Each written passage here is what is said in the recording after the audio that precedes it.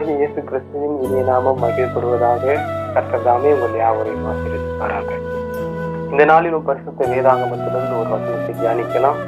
2 பேதுரு 2ஆம் அதிகாரம் 9ஆம் வசனம்.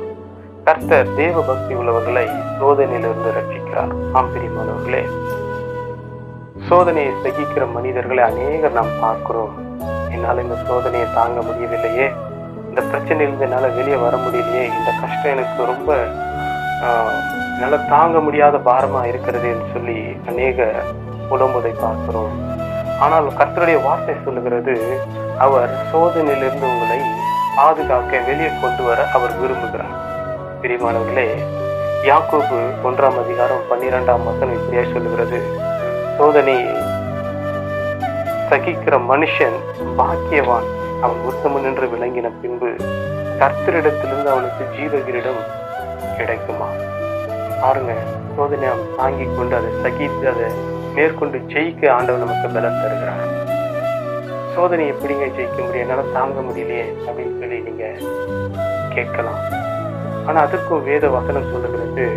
1 கொரிந்தியர் 10ஆம் அதிகாரம் 13ஆம் வசனம், மனுஷருக்கு நேரிடுகிற சோதனை அல்லாமல் வேற சோதனை உங்களுக்கு நேரிடுவதில்லை. ஒருவேளை உங்களுக்கு பிரச்சனை, போராட்டம், கஷ்டம், சோதனை எது வந்தாலும் ஆண்டவர் உங்களால தாங்கக்கூடிய, உங்களால சுமக்கக்கூடிய அப்படிப்பட்ட அளவுல தான் உங்களுக்கு சோதனையை அனுமதிப்பார். உங்களால தூக்க முடியாத சுமையை ஆண்டவர் ஒரு நாளும் உங்க மேல வைக்க மாட்டார். உங்களால தாங்க முடியாத பிரச்சனைய, சோதனையை ஆண்டவர் ஒரு நாளும் உங்களுக்கு அனுமதிக்க மாட்டார்.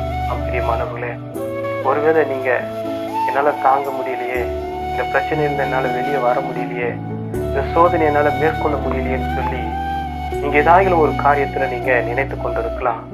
ஆனால் ஆண்டவர் இந்த நாளிலும் உங்களுக்கு ஒரு வார்த்தை சொல்லுகிறார், நான் உன்னை விடுவிக்க விரும்புகிறேன், சோதனையிலிருந்து உன்னை ரட்சிக்க விரும்புகிறேன். ஆண்டவரால் முடியாத காரியம் ஒன்றுமில்லை. உங்க எந்த காரியமா இருந்தாலும், எந்த சோதனை, எந்த பிரச்சனை, எந்த போராட்டமா இருந்தாலும் தேவனுக்கு தெரியப்படுத்துங்கள். ஆண்டவர் உங்களை விடுதலையாக்க வல்லவராயிருக்கிறார். ஏன்னா அவர் சோதிக்கப்பட்டு, அவர் பாடுபட்டதுனால சோதிக்கப்படுகிற யாரா இருந்தாலும் அவர்களுக்கு அவர் உதவி செய்ய வல்லவராயிருக்கிறார்.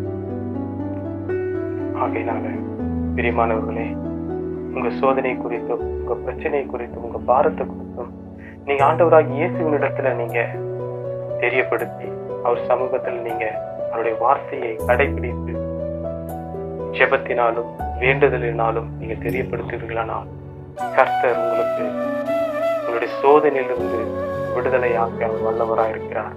அந்த சோதனையிலிருந்து தப்பிக்கொள்ளும்படியான போக்கையும் வழியையும் அவர் உங்களுக்கு காண்பிப்பார். கர்த்தர் தாமே இந்த நாளிலும் இந்த வார்த்தையின் மூலமாக உங்களோடு கூட இடைப்பட்டிருக்கிறார் என்று நான் விசுவாசிக்கிறேன். நீங்க சோதனையிலிருந்து வெளிவர வேண்டும், பிரச்சனையிலிருந்து வெளிவர வேண்டும் என்று ஆண்டவர் விரும்புகிறார். ஆகவே ஆண்டவராகிய இயேசு கிறிஸ்துவை உண்மையாய் நீங்க விசுவாசித்து அவரிடத்துல உங்க பிரச்சனைகள் எல்லாவற்றையும் சொல்லி அவருடைய சமூகத்துல நீங்க விடுதலையை, ஆசீர்வாதத்தையும் பெற்றுக் கொள்வீர்களாக.